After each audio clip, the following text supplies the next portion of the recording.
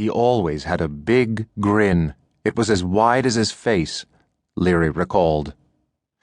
My mother liked him. He was very popular. He was like a little imp. Leary said hello to the priest, received his friendly tap across the shoulder blades, and didn't focus on Gagan again until the summer. The rectory groundskeeper was Leary's friend, and Leary helped out a couple times a week, raking freshly mowed grass or gathering hedge clippings in a wheelbarrow. It was taxing work under an August sun, and one afternoon, Gagan bounded down the short steps of the rectory, offering a tall, cool glass of lemonade. Leary thanked the priest, but demurred. He didn't like lemonade. But the priest insisted, and sweetened the offer. He had a wonderful stamp collection that the boy might enjoy. Soon the priest and the boy were upstairs in Gagan's room at the rectory. Leary sat in a large leather chair in the middle of the room, and the priest handed him an oversized book that contained the stamp collection. The priest went to the back of the room, keeping up a constant reassuring patter. The collection did not hold the boy's interest, but Gagan pressed the matter. He said, "Here, I'll show you a few things." And he had me get up, and he sat down and I sat on his lap, said Leary. The priest placed his hand on Leary's knee and started turning pages that were a blur to the boy. Gagan told him that his mother had suggested the visit, but still, Gagan said, they should keep it a secret. All the while, the priest's hand climbed farther up Leary's leg until it reached under his cotton shorts and beneath his underwear. He was touching me, fondling me. I'm frozen. I didn't know what the hell was going on. He was talking constantly. He said, "Shut the book. Close your eyes. We'll say the Hail Mary." That's what I did.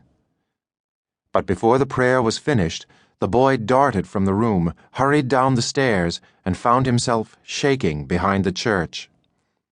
Within a week or so, it happened again.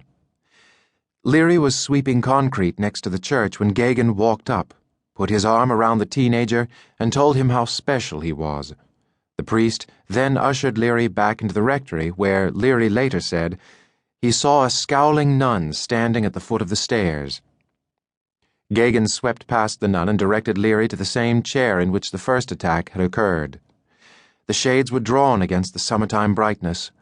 At first, the priest stood behind him, placing his hands on Leary's shoulders. He asked the boy to begin reciting the most familiar prayers of the Catholic faith, the Our Father and the Hail Mary. I'm praying, and I've got my eyes closed, and he moves over to the chair and pulls my pants down one leg, and I couldn't move. I was frozen. He had his shoulder on my chest at this point. He was praying, too, and I was saying prayers following him. I'm shaking. I felt very, very strange. I couldn't do anything.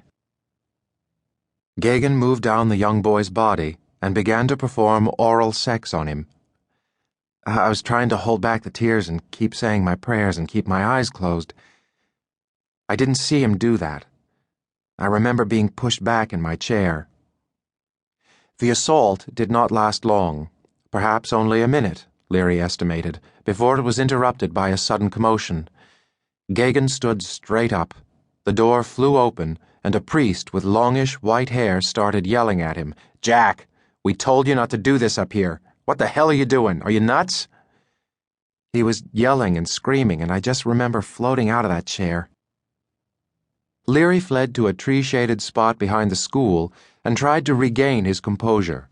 He sat for a while in a local cemetery, and when he finally went home, he went directly to his room. He didn't tell anyone about the assault for many years. Gagan had been a Catholic priest for a dozen years at the time Leary says Gagan sexually assaulted him.